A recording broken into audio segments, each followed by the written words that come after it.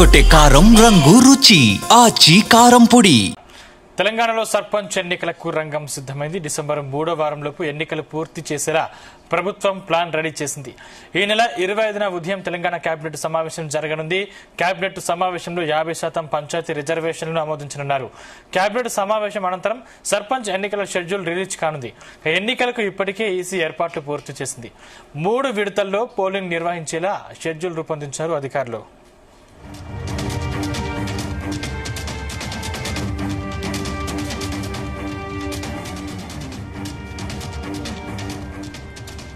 Right, ఇదే అంశానికి సంబంధించిన మరింత సమాచారం మా బ్యూరో చీఫ్ నరేందర్ లైవ్ ద్వారా అందిస్తారు. నరేందర్, ఈ నెల 25వ తేదీ నాడు 11 గంటలకు కేబినెట్ సమావేశం మరోసారి జరగనుంది. ఇందులో ప్రధానంగా స్థానిక సంస్థలే ఎజెండాగా ఈ కేబినెట్ సమావేశం జరగబోతుంది. ఎందుకంటే అందులో ఎప్పుడు కూడా మనం కేబినెట్ సమావేశం చూస్తాం, 3 గంటలకు షెడ్యూల్లో ఉంటుంది, 4 గంటలకు అట్లా స్టార్ట్ అవుతుంది, 8-9 దాకా కూడా కేబినెట్ సమావేశం జరుగుతుంది వివిధ అంశాల మీద. కానీ ఈసారి కేబినెట్ సమావేశం ఉదయం 11 గంటలకు పెట్టబోతున్నారు. మరొక 4 రోజుల్లోనే కేబినెట్ సమావేశం జరగబోతున్నటువంటి నేపథ్యంలో ఈసారి స్థానిక సంస్థల ఎన్నికలే ప్రధాన అస్త్రంగా ఈసారి కేబినెట్ సమావేశం ఉంటుంది. రేవంత్ రెడ్డి అధ్యక్షన మంత్రులందరూ పాల్గొనేటువంటి ఈ సమావేశంలో ఇప్పటికే dedication commission report already CS రామకృష్ణారావుకు సమర్పించినటువంటి పరిస్థితి మనం చూసాం. అదే సమయంలో నిన్న ఎలక్షన్ కమిషన్ సంబంధించినటువంటి ఉన్నతాధికారులు రాణి కుమిదిని కావచ్చు, అదేవిధంగా సిఎస్ రామకృష్ణారావు కానీ, డీజీపీ కావచ్చు, మొత్తం కూడా జిల్లాలో ఉన్నటువంటి కలెక్టర్లు, ఎస్పీలతో కూడా వీడియో కాన్ఫరెన్స్ నిర్వహించినటువంటి పరిస్థితి కూడా చూసాం. నిన్న సాయంత్రం వరకు కూడా అది జరిగింది.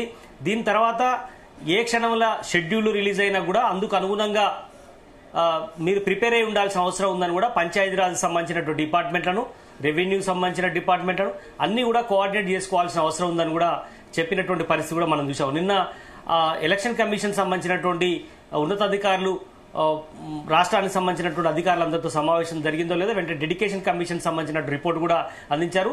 అది ఆమోదం కూడా తెలిపినటువంటి పరిస్థితి ఉంది. అయితే ఇప్పుడు కేబినెట్ సమావేశంలో ఈ డెడికేషన్ కమిషన్ ని ఆమోదం పొందే అవకాశం ఉంటుంది. అంటే మంత్రివర్గం ఆమోదిస్తుంది ఆ డెడికేషన్ కమిషన్ ఇచ్చినటువంటి సిఫార్సులను. ఏదైతే సిఫార్సులు చాలా రకాల సిఫార్సులు చేసినట్టుగా సమాచారం ఉంది.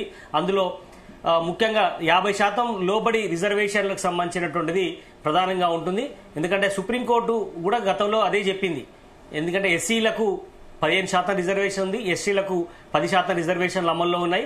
2018 దాన్ని మరొకసారి దాన్ని అమలు చేయాలన్నటువంటి ఆలోచన కూడా చేస్తున్నట్టుగా తెలుస్తోంది. అంటే దాదాపు 2 సంవత్సరాలు అయింది రాష్ట్రంలో పంచాయతీరాజ్ సంబంధించిన ఎన్నికలు జరగకపోవడం. అటు సర్పంచ్ ఎన్నికలు కానీ, ఎంపీటీసీ కానీ, జెడ్పీటీసీ ఎన్నికలు 8 సంవత్సరాల నుంచి జరగట్లేదు. దాదాపు 7.5 సంవత్సరాలు అవుతోంది. అంటే రాష్ట్ర ప్రభుత్వం కాంగ్రెస్ పార్టీ అధికారంలోకి వచ్చి 2 సంవత్సరాలు అవుతున్నా కూడా ఇంతవరకు పెట్టకపోవడం ఏంటి అనేది కూడా ఉంది. ఎందుకంటే సర్పంచుల పాలన అనేది లేదు. ప్రజెంట్ కేవలం అధికారులు మాత్రమే నడిపిస్తున్నారు. ఇప్పుడు కేంద్ర ప్రభుత్వం నుంచి రావాల్సినటువంటి నిధులు కూడా రాష్ట్రానికి 1000 కోట్ల రూపాయలు రావాల్సిన అవసరం ఉంటుంది. ఎన్నికలు జరిపితే కేంద్రం ఇవ్వడానికి సిద్ధంగా ఉంటుంది. ఆ చట్టంలో కూడా ఆ రకంగా ఉన్న నేపథ్యం ఉంది.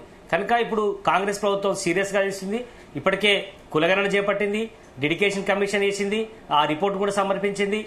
అదే సమయంలో బిల్లు కూడా అసెంబ్లీలో కానీ మండలిలో కూడా బిల్లును ప్రవేశపెట్టినటువంటి పరిస్థితి మనం చూసాం. తర్వాత గవర్నర్ దగ్గరికి పంపించారు, రాష్ట్రపతి దగ్గరికి పోయింది. మొత్తం కూడా సిగ్నేచర్ చేసి దాన్ని బయటికి పంపడమే ఆలస్యం. అంటే 42% రిజర్వేషన్ బీసీలకు ఇచ్చే అంశం మీద. కానీ అది ఏది కూడా ఇంతవరకు అమలుకు నోచుకోలేదు. కోర్టులో పెండింగ్ ఉన్నటువంటి నేపథ్యం ఉంది. హైకోర్టు ఇప్పటికే దాన్ని తిరస్కరించినటువంటి పరిస్థితి మనం చూసాం. సుప్రీంకోర్టు దాకా వెళ్లారు. ప్రివిలేజ్ అంటే ప్రత్యేకంగా పిఎల్ వేశారు. దానికి సంబంధించినటువంటి ఇంతవరకు అది రాలేదు. కోర్టు కూడా కొట్టివేసినటువంటి నేపథ్యంలో ఇప్పుడు గత్యంతరం లేని పరిస్థితుల్లో ఎలక్షన్స్ పోవాల్సిన పరిస్థితి ఏర్పడింది. గతంలో మనం చూసాం, జూబ్లీహిల్స్ ఎన్నికల ముందు కూడా నోటిఫికేషన్ వేశారు, షెడ్యూల్ ఉంది, 3 విడతల్లో ఎలక్షన్స్ జరుగుతాయని చెప్పారు. మొత్తం అయిపోయిన తర్వాత చివరికి ఎలక్షన్ షెడ్యూల్ని క్యాన్సిల్ చేయాల్సిన పరిస్థితి వచ్చింది. బట్ ఇప్పుడు అలాంటి పరిస్థితి లేదు. కోర్టుకు వెళ్లాల్సినటువంటి అన్ని రకాలుగా ప్రయత్నాలు చేశాం. ఇక సాధ్యం కావట్లేదు కాబట్టినే ఇక 22% కానీ లేదంటే పార్టీ పరంగా 42% ఇవ్వడానికి సిద్ధంగా ఉన్నామన్నటువంటి ఇండికేషన్ ని మొన్న జరిగినటువంటి కేబినెట్ సమావేశంలో నిర్ణయం తీసుకున్నారు. రేపు 24వ తేదీ నాడు కూడా కోర్టులో హియరింగ్ ఉంది. దాని అంతిమంగా చెప్పేటువంటి అంశాన్ని బేస్ చేసుకొని కూడా ముందుకెళ్లే అవకాశం ఉంది. 24 నాడు కోర్టు నుంచి వచ్చేటువంటి దాన్ని చూస్తారు. 25 నాడు కేబినెట్ సమావేశం 11 గంటలకు ఉంటుంది. మేబీ ఈ మధ్యలోనే షెడ్యూల్కి సంబంధించి ఏమైనా వచ్చే అవకాశం ఉంటుందా అనేది కూడా చూడాల్సిన అవసరం ఉంది. లేదంటే 25 నాడు 11 గంటలకు అయిపోగానే ఆ రోజు సాయంత్రం కేబినెట్ కంప్లీట్ అయిపోవడంతో షెడ్యూల్ వచ్చే అవకాశం ఉందని కూడా చెప్తున్నారు. ఒకవేళ అప్పుడే షెడ్యూల్ వస్తే రాష్ట్ర ప్రభుత్వం చేపట్టబోతున్నటువంటి ఈ వారోత్సవాలు ఏదైతే ఉన్నాయో 2 సంవత్సరాలు పూర్తవబోతున్నటువంటి నేపథ్యంలో 1వ తేదీ నుంచి 10వ తేదీ వరకు కూడా రాష్ట్ర వ్యాప్తంగా సంబరాలు చేయాల్సిన అవసరం ఉందని కూడా చెప్పారు. 6 గ్యారంటీలని అమలులోకి తీసుకురావడం, అదే సమయంలో చాలా సంక్షేమ పథకాలు గతంలో ఉన్నటువంటి కాంగ్రెస్ ప్రభుత్వం, ఇప్పుడు చేస్తున్నటువంటి కాంగ్రెస్ ప్రభుత్వం కూడా ఎన్నో కార్యక్రమాలు చేపట్టిందని చెప్పే ప్రయత్నం ఉంది. 2047 రైజింగ్ తెలంగాణ పేరుతో ఈ కార్యక్రమాలు రూపొందిస్తున్నారు. ఇప్పటికే రాష్ట్ర వ్యాప్తంగా ఏ కార్యక్రమాలు ఎక్కడ చేయాలనేది కూడా ఇప్పటికే ప్లాన్ చేశారు. హైదరాబాద్లో ఎక్కడ నిర్వహించాలి, అదే సమయంలో జిల్లాలలో జిల్లా హెడ్ క్వార్టర్స్లో ఎలాంటి కార్యక్రమాలు చేయాలనే దాని మీద ఒక వ్యూహరచన చేశారు. అయితే అంతకంటే ముందు ఈ 25వ తారీఖు నాడు జరగబోతున్నటువంటి ఈ కేబినెట్ సమావేశంలో ఎలాంటి నిర్ణయాలు తీసుకుంటారు, స్థానిక సంస్థలకు సంబంధించినటువంటిది కూడా చూడాలి. బట్ అంతిమంగా మాత్రం ఎలక్షన్కి పోవడమే క్లారిటీ అయితే వచ్చింది. డిసెంబరు 11, 14 ఇట్లా ఒక 3 డేట్స్ అయితే ప్రజెంట్ బయటికి లీక్లో వస్తున్నటువంటి పరిస్థితి కూడా మనం చూసాం. 3 విడతల్లో ఆ డేట్లలో ఎలక్షన్ జరుగుతాయనేటువంటి స్పెక్యులేషన్స్ నిన్న వచ్చాయి. బట్ ఏదైనప్పుడు కూడా డిసెంబరు 3వ వారం లోపట్నే ఎలక్షన్స్ కంప్లీట్ అవ్వబోతున్నాయి అనేటువంటి బయటికైతే లీక్ ఇస్తున్నారు అధికారులు. బట్ ఏదైనప్పుడు కూడా డిసెంబర్ చివరి నాటికి స్థానిక సంస్థల ఎన్నికలు 3 విడతల్లో, ముందు సర్పంచ్ ఎన్నికలు, తర్వాత ఎంపీటీసీ ఎన్నికలు, తర్వాత జెడ్పీటీసీ ఎన్నికలు, ఇవన్నీ కూడా ఫేజ్డ్ మేనర్లో జరిగే అవకాశం అయితే చాలా స్పష్టంగా కనిపిస్తుంది. అందుకు అనుగుణంగా అధికారులందరూ కూడా ఇప్పటికే జిల్లా స్థాయిలో కలెక్టర్లతోటి, ఎస్పీలతోటి, పంచాయతీరాజ్ అధికారులతోటి, మొత్తం కూడా రెవెన్యూ సిబ్బందితోటి ఇప్పటికే మాట్లాడినటువంటి పరిస్థితి ఉంది. బట్ చూడాలిగా షెడ్యూల్ ఒక్కటే రావడమే మిగిలిపోయింది. ఇప్పుడు ఇంటర్నల్గా జరగాల్సినటువంటి అన్ని వ్యవహారాలు అయితే ముందుకు నడిపిస్తున్నటువంటి క్యాబినెట్లో ఏం నిర్ణయాలు తీసుకుంటారు, ఆ రోజు ఈవినింగే షెడ్యూల్ వస్తుందా చూడాల్సిన అవసరం ఉంది. ఆ రోజు అయితే డెడికేషన్ కమిషన్ ఇచ్చినటువంటి దాన్ని ఆమోదం తెలిపే అవకాశం అయితే ఉంది. బట్ ఫైనల్గా ఎన్నికలు అనేది, ఎన్నికల నగర అనేది మోగే అవకాశం అయితే చాలా స్పష్టంగా కనిపిస్తుంది. 2 సంవత్సరాల నుంచి ఎంతో ఆతృతగా ఎదురు చూస్తున్నారు. స్థానిక సంస్థల ఎన్నికలు ఎప్పుడు పెట్టబోతున్నారు గ్రామాల్లో, ఎందుకంటే మన జూబ్లీస్ ఎన్నికలు జరిగాయి, అంతకంటే ముందు కంటోన్మెంట్ ఎన్నిక జరిగింది. కానీ గ్రామ స్థాయిలో ఎన్నికలు ఎందుకు నిర్వహించలేకపోతుంది అని కాంగ్రెస్ ప్రభుత్వాన్ని అందరూ కూడా వేలెత్తి చూపిస్తున్నటువంటి పరిస్థితి కూడా చూసినాం. బీఆర్ఎస్ పార్టీ తీవ్రంగా ఆరోపణ చేస్తోంది, బీజేపీ చేస్తోంది.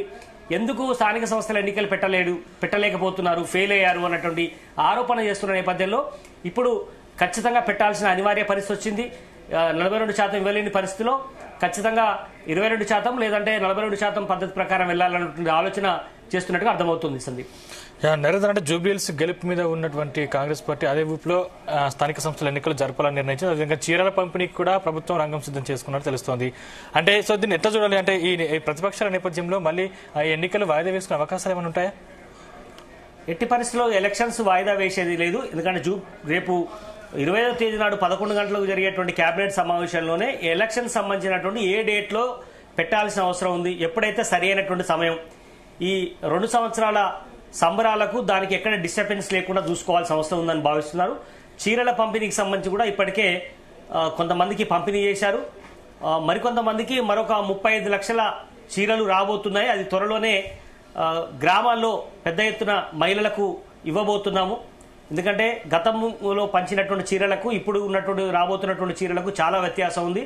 ఎవరైనా కట్టుకోవడానికి అవకాశం ఉంది. ఆ స్థాయిలో మేము చీరలను నేర్చామని కూడా రాష్ట్ర ప్రభుత్వం చెప్తోంది.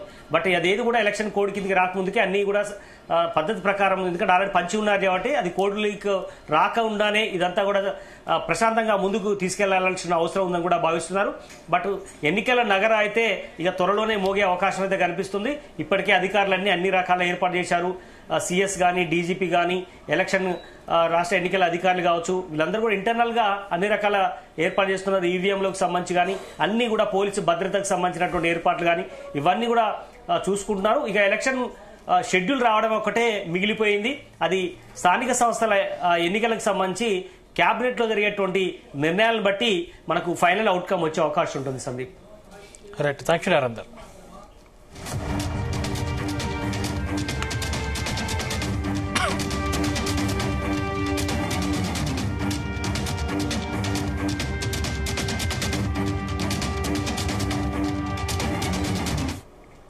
గుమగుమల వంటలే వంటలే తెరకొట్టే కారం రంగు రుచి ఆచి కారం పొడి.